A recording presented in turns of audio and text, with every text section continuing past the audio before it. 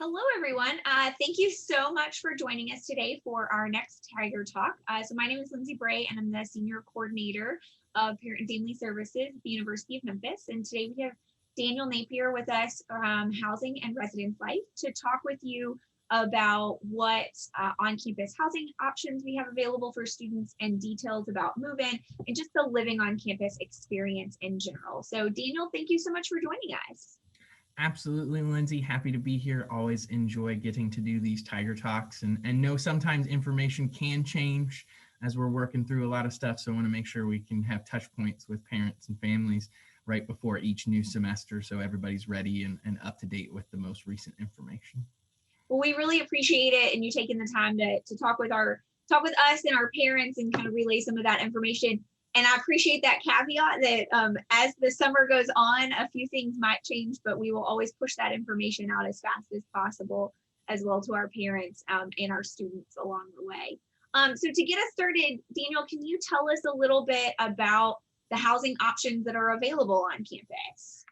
Absolutely. So on campus, we have 8 different residence halls that range anywhere from traditional double rooms. We also have a limited availability of single spaces, and then also range forward with modern spaces in those doubles and singles that then shift into apartment style housing options across campus. 6 of our 8 residence halls are all located on the general main campus aspect here, directly in the heart of campus, kind of right around the outskirts. Those are Centennial Place, the Living Learning Complex, Rawls and Smith, which are all female halls, South Hall, which is an all male hall, and then Carpenter Complex Apartments right off of Central Avenue over where they're building the new music facility that we're looking forward to seeing unveiled in a little bit. So those are kind of our on campus, but additionally, we also have on South Campus off of Park Avenue, we have graduate and student family housing, which are private apartments for graduate students. I think we'll get into that a little bit later with a question potentially. And we also have Park Avenue, which are 2-bedroom undergraduate apartments that are located over there, closer to where some of those athletic facilities and where that new student health building is off of Park Avenue. So really, we offer a wide range of different options for our students. We want to make sure that they feel safe, comfortable, and in a spot where they can learn the best. Those are really the goals of our department and how we do that throughout our different residence halls. Yeah, we have some great options and they're very centrally located, very close to our academic buildings, which is always a nice bonus for our students. So can And then even those ones over on South Campus, the Blue Line shuttle is run as well. So there's a route that will get them out there and back to and from main campus, only about a mile away. But there's that option too for students who live out there. Oh yeah, that's a great point about the blue line that connects the whole both of our campuses. So can you talk a little bit about what the benefits of living on campus are for students? Yeah, I would say initially, like I was mentioning, someone with that safety and wellness opportunity, the amount of interaction that students have with our department, as well as campus partners like yourself that we team with, that we put on things with, that's really what's encompassed by living on campus. And taking it from that safety, wellness, and then building on it, there's community here. By living on campus, you get automatically connected potentially with other freshmen, other incoming students, other students who maybe have the same major as you, all of those folks right in within that same hall. If you have that early morning class, it's very comfortable and easy access to your classrooms, like you were saying, centrally located. Really a 5 to 8 minute walk anywhere from one of those main 6 residence halls to the heart of campus over at the UC. And research has showed that folks who live on campus just generally are more connected and overall satisfied with their college experience. But I really can't stress enough the community and friendships, the mentorship opportunities that really are afforded to you. You don't always have to be an extrovert. You don't always have to fit a mold, but by being here, it just grants you that access right up front that you don't have to go seeking things out as you're already going through this great transition that higher education and coming to college for the first time is. It's just kind of right here as you get to plot out your next adventure at the University of Memphis, some of the things that our department is trying to help you excel with. I think that's a really great point about the connection points that students can kind of automatically make living in the residence halls, and that network that they can start to grow almost from, day one of being on campus, living in a residence hall. And it does make it a little bit easier for those introverts or those who might struggle a little bit to get involved. So I think those are really great points on some of the few benefits of living on campus. So if a student is still interested in applying and living on campus this fall, I know a lot of our students have already applied, and we're getting close to that fall coming up. How would they go about doing that?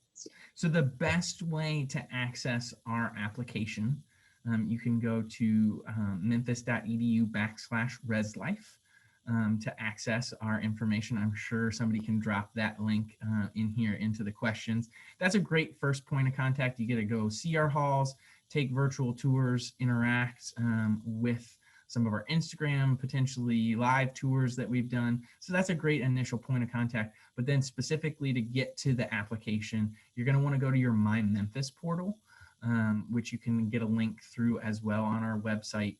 Then once you get into your My Memphis portal, sorry, I got a bug flying in front of my face right now. Once you get into the My Memphis portal, there's a student resources tab, student pages tab at the very top, and then you can select My Resources. Once you get on My Resources, there'll be a housing application portal right there. You'll see our Welcome Home logo on the right-hand side of the screen. You can scroll down, click on the housing application portal. That'll take you there. The application itself probably only takes about 5 minutes to complete. You fill in some general information, what time you might like to go to bed, how clean do you keep your room.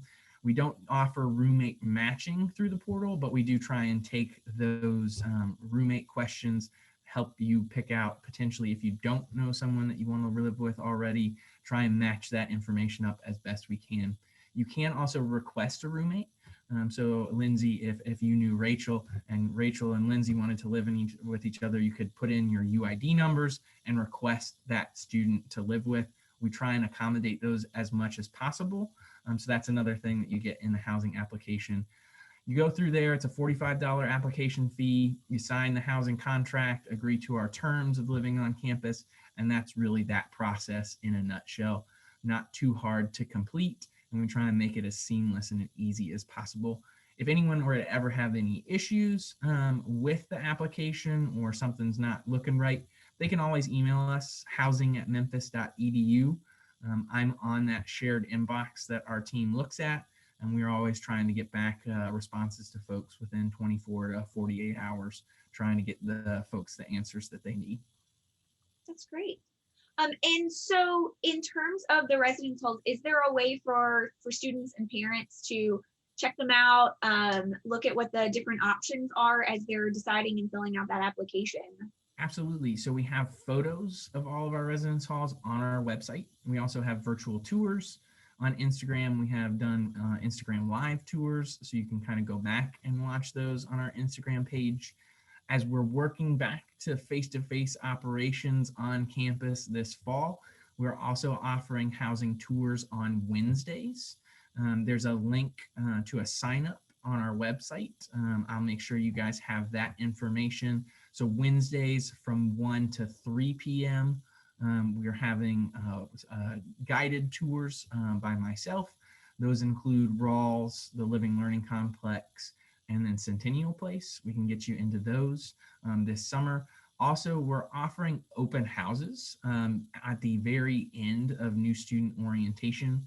So whether your student might be attending a new student orientation on a Monday, Tuesday, or a Thursday, Friday, on Tuesdays and Fridays, so that second day of orientation, after they're wrapping up kind of their final things that they need to potentially with registration, we have different halls that are available and accessible from 1 till about 2:30 as they're working through those checkouts.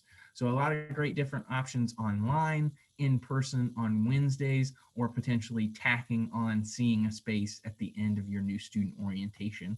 We hope for this fall to set up a bit more of a routine, regular schedule, but as we're working through the summer, knowing that we're having a lot of transition on and off, back to that in-person orientation experience that we're so happy we get to have this year, that's kind of our MO, our standard cadence and procedure to how we're doing tours right now. And potentially, if one of those dates doesn't work out for you, you've already gone to orientation, a Wednesday afternoon might not work for you, you can always email us, like I mentioned, and we can see if there's an availability that maybe I or one of our student staff that's working with us this summer can potentially get you into that space.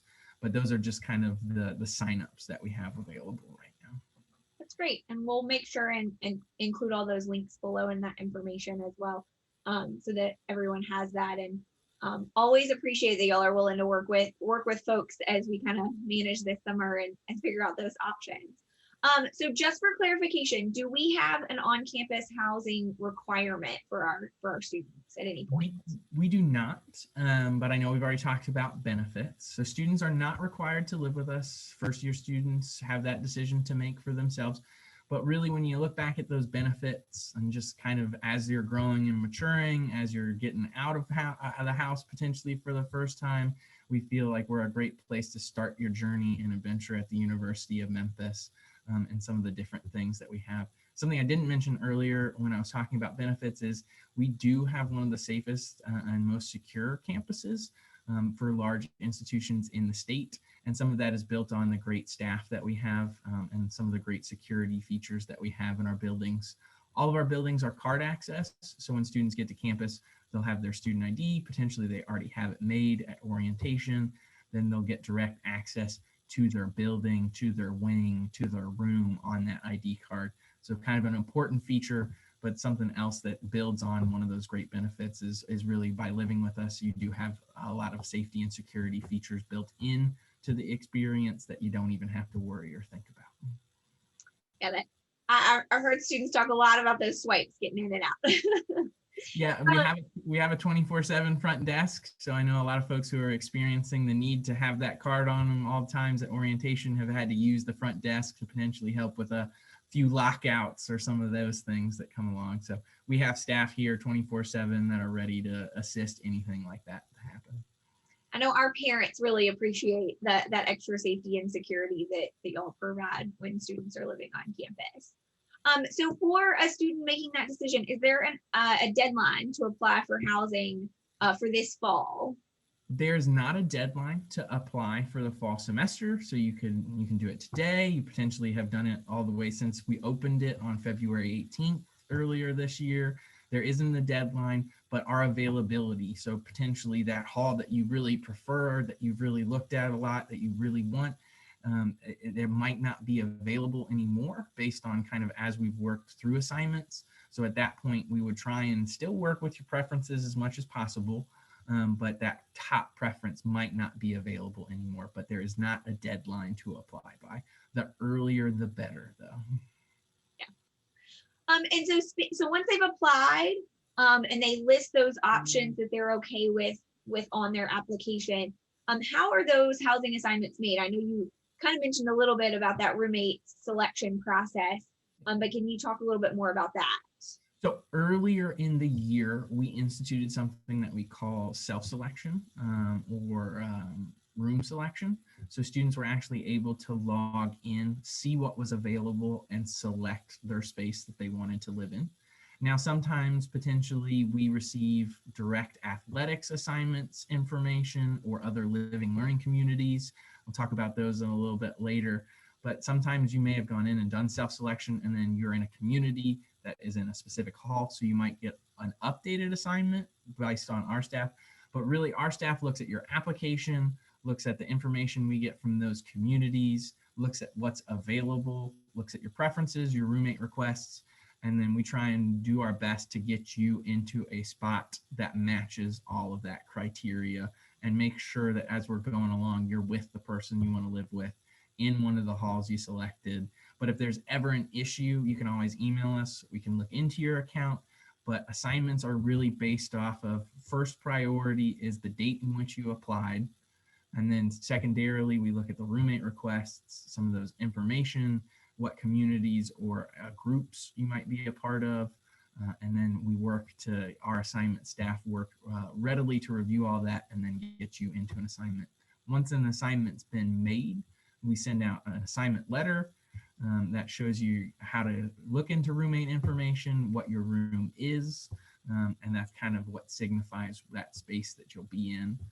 But like I mentioned, we can always look into things. No one's ever stuck. We can potentially move things around as some things shift, but that's generally kind of an overview of the assignments process.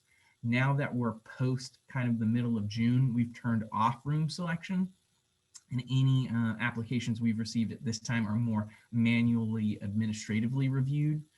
So we see what your preferences are, and then we'll go in and try and make that assignment for you based off what's available. So I know it's a little bit different talking about it a little later in the summer than what it might have looked like for folks earlier, but that's kind of generally how our assignment process works. So if a student makes their new best friend that they want to room with during orientation a little later this summer, or maybe at Frosh Camp, is there still an opportunity to potentially room together if they send y'all an email? Absolutely. What they'd need to do is one student can send the email, the other student could be CC'd. We just need the UID number and name of the person that you're trying to request. You can send that to housing@memphis.edu in an email. We'll review it. If the other students on the CC line will confirm, hey, just want to make sure that you wanted to live with X person. Once we get that confirmation, we'll then review our records and see what we can do to try and accommodate that roommate request. So it's not too late to submit those. Like you're mentioning, if you meet somebody, potentially maybe somebody you already knew, maybe decided to go somewhere else or has changed their plans, we can always try and update and get that new roommate request in there with you as well. And so for our students who may need an extra accommodation, how would they go about requesting that? If you need an additional accommodation, potentially for health reasons or something else, the way that you would get that is working with our Disability Resources for Students office, DRS. We can drop their contact information in for sure. But the way that they work is you go through their registration process with a member of their staff. They'll work through kind of what you might need best given your situation. Then their staff communicates directly with our assignment staff to say, this person needs this housing accommodation based off of our registration and records. And then we typically reserve spaces knowing that folks will need accommodations. So we generally always have some things held, waiting potentially to slot someone in based on that information. So that's how that process for a specific accommodation would be met. A lot of times people might think that they're up for something, but it really is best that you need to work through and document that process with the folks at DRS so we can all be on the same page moving forward about your housing assignment and accommodation. And so you mentioned an assignment letter that students will get once they're assigned. Will that include their roommate information, or is there somewhere else they should look for that? It will include how to find the roommate information. So how you see that is now at this point, once you've received an assignment, you maybe already have it now. Maybe your student can log back in. With that, it would just be logging back into the housing portal where you applied and then scrolling to the very bottom of the page. It will show your room, your roommate's name. You can send them a message directly through the portal, or you can pull out their email address, potentially send them a connect that way. I think phone number should be there as well, maybe just some general contact information for you to try and get connected, get to know that person a little bit more if it isn't someone you already know, just to connect like, hey, I'm bringing in a TV. Maybe you want to bring a microwave and a mini fridge, just to work through that and to get to know each other and get excited about moving in August. Yeah, that's always good to reach out, or to also acknowledge the other person if they reach out to you too. I know that's always important to planning out those room dynamics and everything Absolutely. like that too. Who might be bringing what sometimes people want to match bedspreads or get things really set up. So there's endless opportunities for folks to prepare and get ready for things. And so you mentioned a little bit about our living learning communities. Can you talk a little bit more about those and if those are still available for our students? So living learning communities are kind of a 360-degree approach to learning and living. Oftentimes there'll be a specific community coordinator or program advisor. We have 9 of them currently that range anywhere from emerging leaders through the student leadership and involvement group that have a program advisor that's really focused on your first and second year and some of those leadership opportunities. We also have ROTC, which is more of that background of living and learning also with those groups. So really what it is it's a specific set of rooms and a couple different halls that we have that are reserved for that group. That group then potentially has other outside activities planned by the advisor, other ways to get in touch, mentorship opportunities. I know engineering is a great living learning community that we have. They actually live in Centennial Place with us, not the LLC. Sometimes folks get the living learning communities and then the living learning complex, the hall, a little bit switched up in their minds. So that's one thing to note. They are different. I'm not sure who came up with both the acronyms being LLC, but we always try and work with folks to get that straightened out. But really, it's just a different approach to actually living and learning with the folks who are like-minded in their academic pursuits and give students a great opportunity to start right from the very beginning about building networking, relationships, people in the greater Memphis community that could potentially help them as they grow beyond their 4 years of just studies here at the University of Memphis to really give a well-rounded approach. I know another one that we have is the first generation living learning community and our first scholars. They do a lot of great work with potentially students who are the first ones in their family to come to a university setting and all the daunting tasks that can come with. And they do a great job of building that community together. So it's not potentially, oh, you've never experienced this before. It's, oh, we get to experience this all together. And you have that group right there. So those are kind of a snapshot of what those living learning communities are. And those are a really great bridge between living on campus, getting to know people outside the classroom and all of those things. So if your student has an opportunity, it is definitely worth it to join one of those communities. And I know you kind of, in your question, I talk a lot sometimes, but in your question you mentioned, are students still able to get into those? Really at this point, we've received general lists from individuals. Potentially there might be an opening still available. The students can reach out to us and then we can direct them directly to that contact, or those contacts are listed on our website. At this stage, I'd say the communities are probably pretty set. But we can always reach out and see if they have spaces still available for students to join. So we talked a lot about the residence halls and applying and all of those things. So now students are ready to move in. Can you tell us when move-in is and what that experience is going to look like a little bit this year? So move-in is set for August 18th through the 20th. That's a Wednesday through a Friday, the first kind of week, middle of the week, right before classes start. That's the 23rd that classes start this year, I do believe. So that's 18th through the 20th. And what that will look like is we're hopefully sending out an email to students' accounts by the end of this week who already have assignments. So if your student has an assignment, they've been waiting for this email, we've been talking about it for a few months with orientation and everything, we're hoping to send that out Friday the 9th, and it'll have information on how to schedule a move-in appointment. So we've taken some lessons learned from this last year and transitioned that into how we can make move-in experiences the best it can possibly be. Before, we just have certain floors or buildings show up at whatever time you want on whatever day. We want to streamline it a little bit better so we can give you all the support that you guys need at check-in, and so you might not have to elbow people out of the way to get a dolly cart or try and get access to an elevator.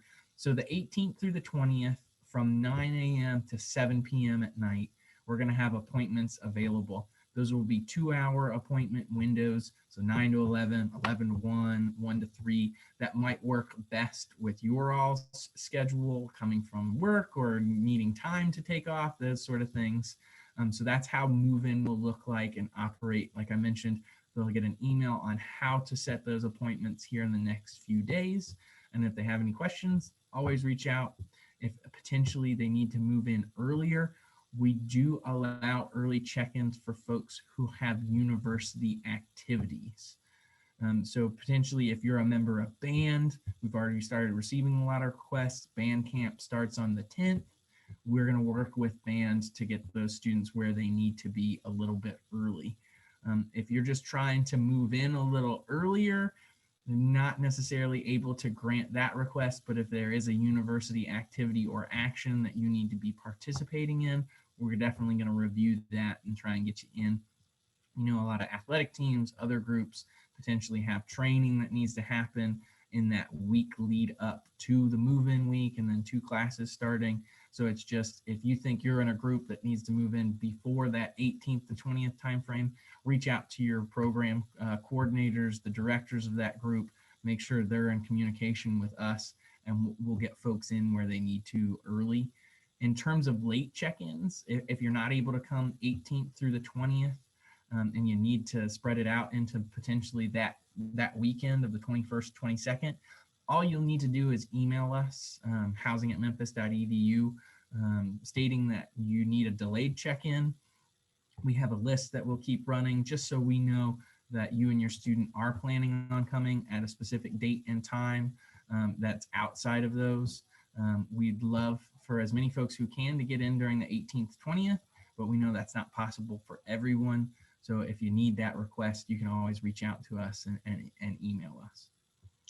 And during that 2-hour window, do they have to move in everything at that point, or can they move in some things? How does that kind of work for the 2-hour window? It's flexible. We're ask folks to try and get in the bulk of their items. One thing I didn't mention, so thank you for prompting me with another question, is we're still trying to limit some density numbers in terms of move-in specifically. So we're asking folks to limit the amount of people assisting them to 3 during move-in. We've talked at orientations already. If a son or a daughter's coming and they have other siblings and you want the siblings to take care of the brunt work, or other family friends to maybe get those refrigerators and mini fridges upstairs, and you want to just kind of chill in the AC in the lobby or in the car while that's going on, and then you want to go upstairs later and help with more of the setup, that's fine. Potentially you can bring those folks out and then transition. You can plan to do that, but we are asking folks to do 3 and then try and get the bulk of your things in during that 2-hour window. We know that folks oftentimes run to either Target that's right down the road, or maybe Bed Bath & Beyond once they've gotten into the space, to then pick up a final few things. So if, say, your window was 9 to 11 and you went out and grabbed lunch afterwards, but then picked up a few things that you need to take back into the room, no one's going to stop you and say, nope, it's past your window, you can't go. But it's really just kind of those guest times that we try and circulate, just to have one wave of folks move out and then get the next wave of folks in. But that's really when it comes to that appointment window. And it certainly makes the parking easier too for Absolutely. everyone involved as well. Absolutely. Getting everyone in and out. So for parents who are kind of helping their students move in, do you have any advice on things that they should bring, or anything kind of that during that move-in period? Wear breathable clothes.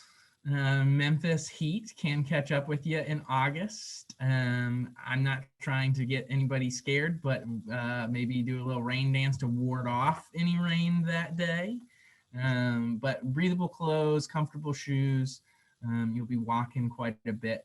We try and make the access points from those parking lots as easy and as close as possible, so you're not doing too many hikes, but definitely breathable clothes.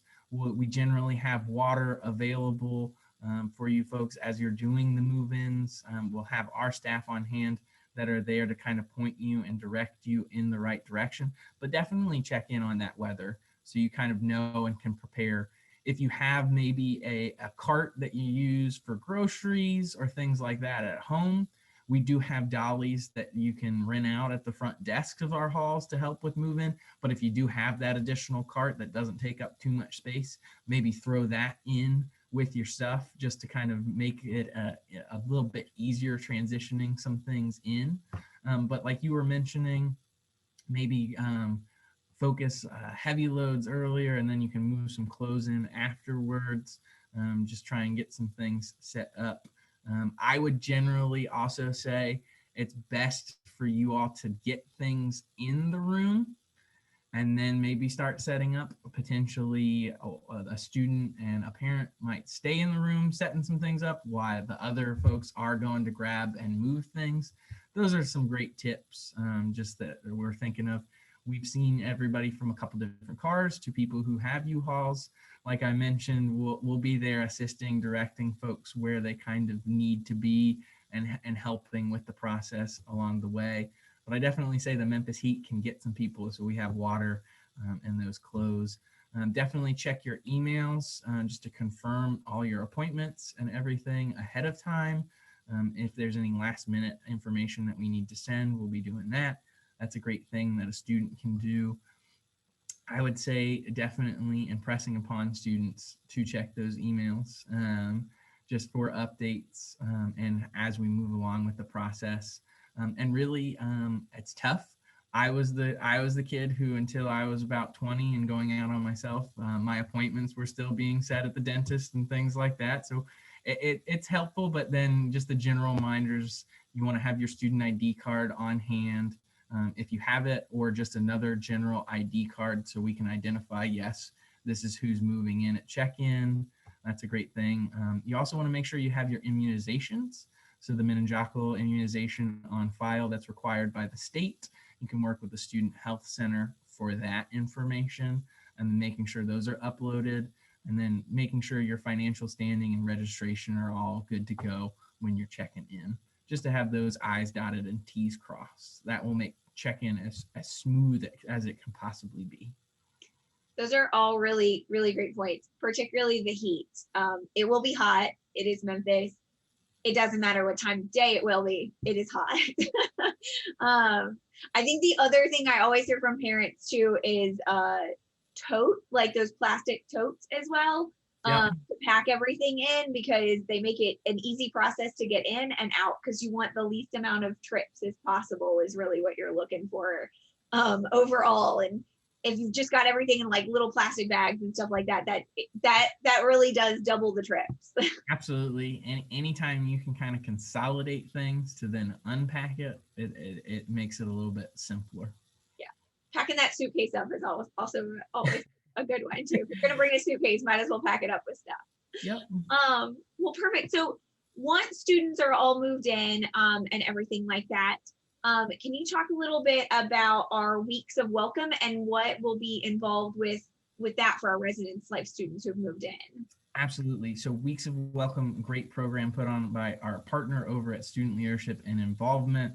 There's great things like Playfair, where they get to connect and enjoy getting to know each other. There's also going to be different events where they get to go out into the stadium and get to connect with each other. It's just a great opportunity to, as you're coming onto campus for the first time, also get connected with other students, meet them, learn a little bit more about what the University of Memphis is, kind of have that one last big hurrah before you get into the classes and everything, and get reminded back that it was a pretty quick summer transitioning from high school now to your first freshman year, or coming back to campus for the first time after not maybe potentially living with us or really being on campus that much this past year. So it's just a great opportunity to get connected, learn a little bit more, and their schedule is already up and out on their website.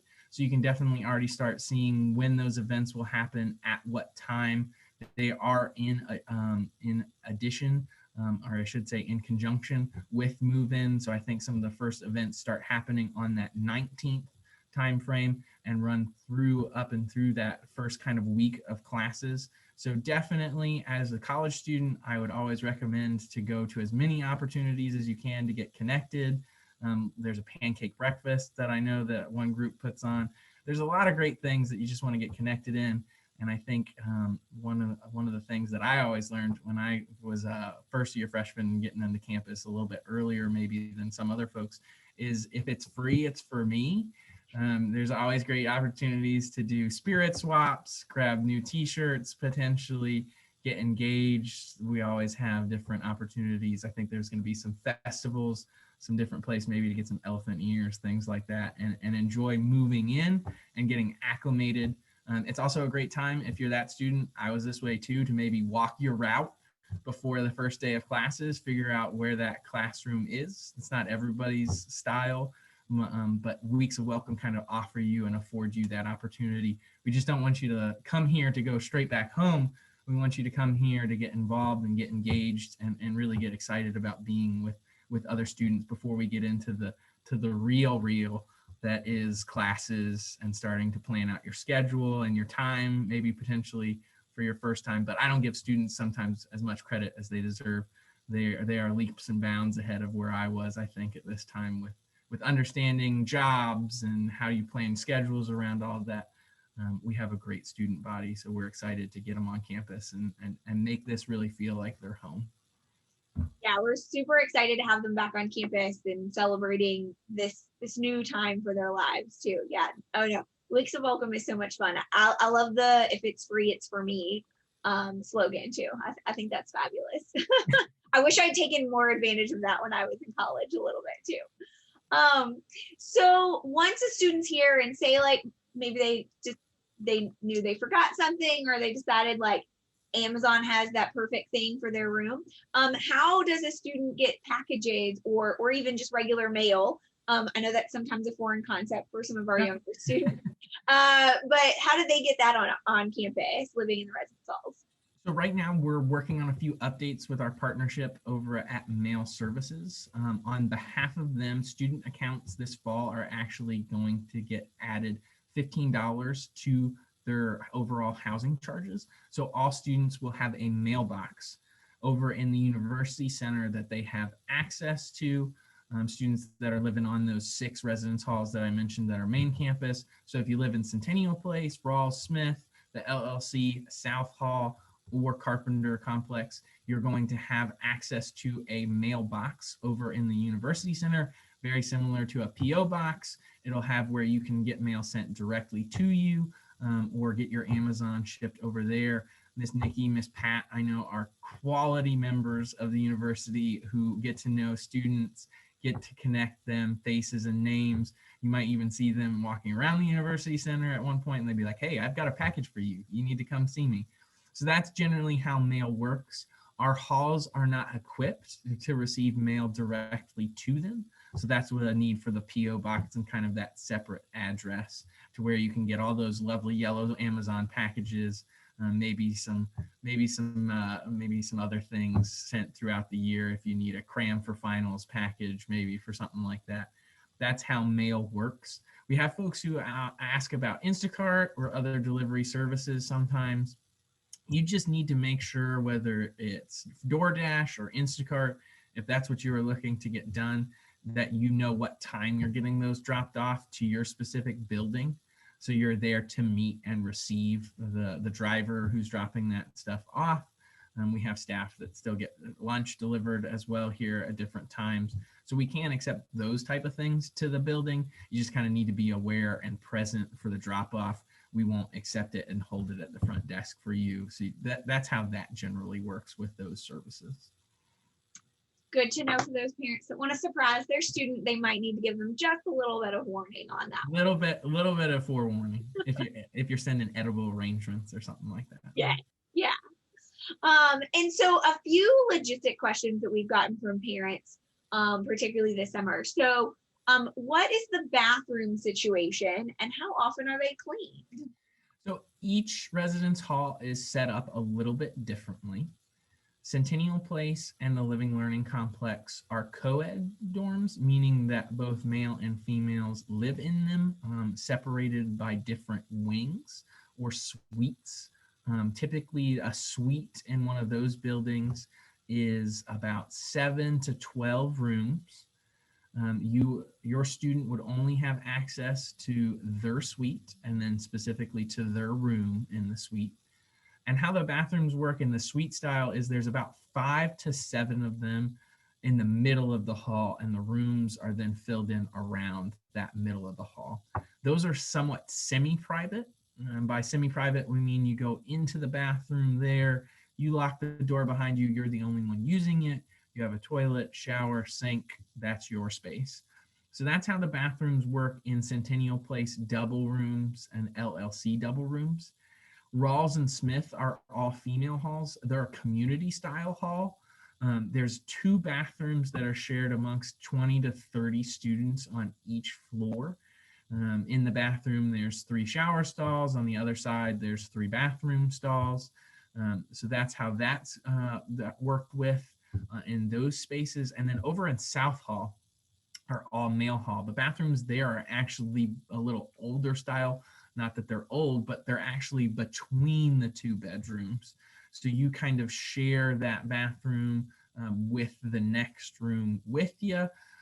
Those bathrooms and the apartment bathrooms that are actually in your physical room, if anyone lives in apartments at Carpenter or over at Centennial Place, you are responsible for the upkeep and cleaning of those bathrooms. Anything that's shared in the Centennial Place doubles, LLC doubles, anything that's shared in the community spaces in Rawls and Smith, those are cleaned daily by our custodial staff. So those get touched each and every day, refreshed on trash. Any major things that need to get cleaned are taken care of by our staff. So the rule of thumb that I like to say, bathroom in the room, that's on you. Bathroom outside of the room, it's still great if you can tidy up after yourself. You don't want to leave it a mess, but at the end of the day, you don't need to be in there scrubbing it down. Our staff will take care of that. Great. Our parents appreciate that information. And then also, do you all do room checks or anything like that inside their rooms? Absolutely. So the way that works is our RA staff do health and safety inspections. Anytime a health and safety inspection comes up, our RA staff will notify students. We don't just barge in.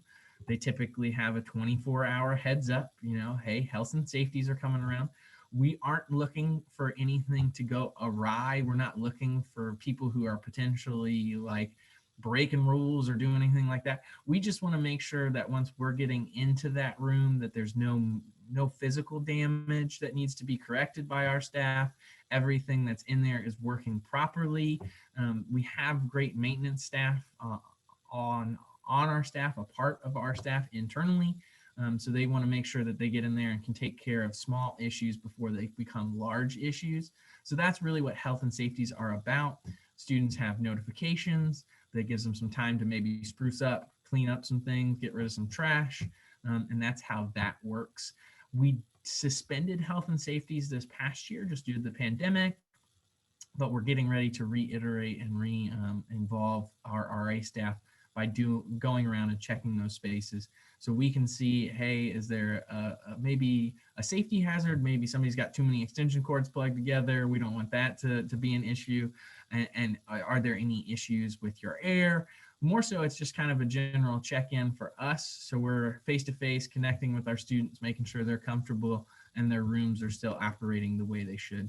So that's health and safeties. And then another thing a lot of folks should be aware of is our guest and visitation policy was suspended this past year due to the pandemic, and just trying to keep everybody who is living in our buildings as safe and secure as possible without a lot of cross traffic with friends and potentially parents and all those different points of contact with density. This fall, we are getting ready to transition back to our standard guest and visitation policies. And so everybody knows what those are. Sunday through Thursday, guests are allowed from noon until midnight. And so all guests get checked in at our front desks as a added feature so we know who's there at what time. And then if it come around that midnight, say on a Wednesday, and your guest hasn't checked out, our RA staff on call will go by, knock on your door and say, hey, it's kind of time to check out. Once again, we're not trying to be party poopers or downers or anything like that, but we know from that 12 to 12 time, you're needing to get a lot of sleep. You're potentially preparing for your classes the next day. So we want to make sure that you and potentially your roommate have that much needed time to kind of get reset before the next day comes. On the weekends, Friday to Saturdays, those hours get extended from noon until 2 a.m. that you can have that guest and visitor there. And also a clarification for parents. Do we have a curfew for students? We do not. This is something that we get asked by students a lot in their presentations. Once they hear the visitation hours, they think they have to be back in by a certain time. We're all transitioning to the stage where we're adults making decisions. We're not doing bed checks to make sure at this hour you're asleep. Students kind of have that freedom, whether they're potentially working a late job that would have them in the hall after a certain hour, or they're just maybe studying, working on something over at the library. There isn't a certain time that they have to be back in their halls. Just with that guests and visitors, there's that time where they need to head on back to their residence hall or back onto wherever their home might be, potentially for the evening. We do allow overnight guests of the same gender to stay. So potentially maybe a student has a younger sibling that wants to stay. If they're two girls, they can then sign up with their RLC ahead of time and get the okay to maybe come have a night at college experience. Potentially, if they're not of the same gender, maybe you have a guy who's a friend, and maybe your little brother can stay the night with that friend and kind of also stay with you and get an experience. But that's how overnight guests would work. You just need to let your residence life coordinator, which is a professional staff member that we have in all of our halls, know in about 3 days advance time, and they can get everything squared away to approve that. Great. And so we talked a lot about where our students are going to live and how that experience is. So in terms of meal plans, are those required for students living in the residence halls? And if they've already signed up for one, how would they change it if they feel like they need to? So meal plans are not required. Again, that's up to general students, what they might like to do about food. So definitely not a required, definitely a choice. If they potentially get into one and then need to change it, Campus Card is the online resource for all of that. I believe their most up-to-date information, I checked before we talked, you can change it up to 3 times the different levels, and there's different flex points and different Tiger Eats funds that go with each level of meals per week, allow you to kind of pick and choose what mix and match kind of would be best for each student, but you can change those, I believe, up to 3 times throughout the year. And after that 3rd time, whatever you're in at that point then becomes the meal plan that you're locked in on. So you definitely check out our dining resources, our Campus Card resources. They can direct you more information on all of those aspects. And we'll include those links as well, of course. Perfect. Yeah. And so as we kind of wrap up, what is the best way for families to kind of stay in the know with residence life and still stay connected with you all? I would say definitely follow us on our social medias. We are at U of M Res Life on Instagram, Twitter. We also have other accounts. You can definitely get connected with us there. You can send us DMs. You can follow along with our updates. You mentioned some tips about move-in. We talked a little bit about that. We'll be posting tips throughout this month, just as reminders to check in on some things. Also other ways in which you can get involved with us there and check out highlight tours. One thing I haven't mentioned is we're always on the look for great new student staff members. We couldn't do all the things that we do without our exceptional desk assistants who man our front desks in all of our halls 24/7, or our RAs who are there to help build community, be a connection point. So if your student's ever interested in getting involved with us with a job on campus, not work study, but just a job that would really get them involved and connected, we always post things about when we have opportunities open and available. We actually have a desk assistant application open right now on our website. So students who are coming in and transitioning into the fall could go ahead and apply. Like I mentioned, we work with your other work schedules, your other class schedules potentially, but that's a great way to get connected and then potentially maybe move on to that RA position after you've had a semester or two under your belt, and what our open positions might look in. But those are the best ways I would have to stay in the know with us specifically about what's going on. Definitely follow us on social media. I will say, as we're making this transition, like I mentioned earlier, into the students kind of having their own role on accounts and things, there's a lot of information that we can only share directly with your student. And of course, if you have those open lines of communication with them, you can redirect to them. But maybe first initial outlooks, maybe on assignments or move in, anything that you generally can't find on our website, if it's more specific, we'll need to talk with their student, and then you can get that information from them. We're not trying to hide anything from anyone. We're just trying to make sure we're in line and step with some of the federal laws that are in place with privacy and information. So we love to connect with as many parents and families as we can, but we do have some of those times where we got to connect with your student first, and then you can connect with your student. So some of those things, but definitely our Instagram, our website, our social medias, that's where you can definitely stay up to date on all the things housing and residence life. That's great.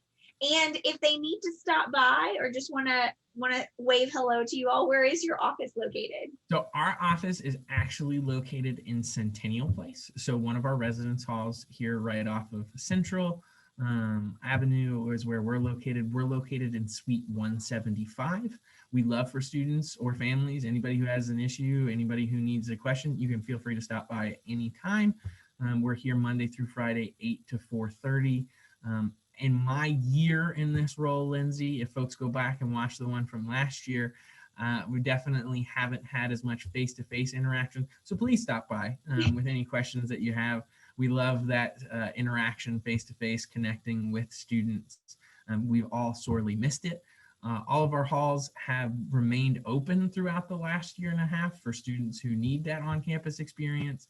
But just with classes being virtual, folks being in the rooms a little bit more, different situations, we're excited to actually get to help you in person, get sorted out everything with your housing or any questions, any partners that we can pass you off on for any other information. We're excited and we're looking forward to move in and all that August and this next school year has in store. Yeah, that y'all staff, the housing and residence life staff are some of the best on campus. So y'all do a really great job, really helping people, are very open and honest about things. So we always appreciate that. And I know parents and students appreciate that completely. It's y'all are incredibly helpful. So you try and make anything happen that can happen. Well, thank you. It's always appreciated. So, well, Daniel, thank you so much for joining us. We really appreciate it. Parents, if you have any other questions or anything like that, we are always here for you. So is Residence Life. And we look forward to seeing you at our next Tiger Talk. Thanks so much.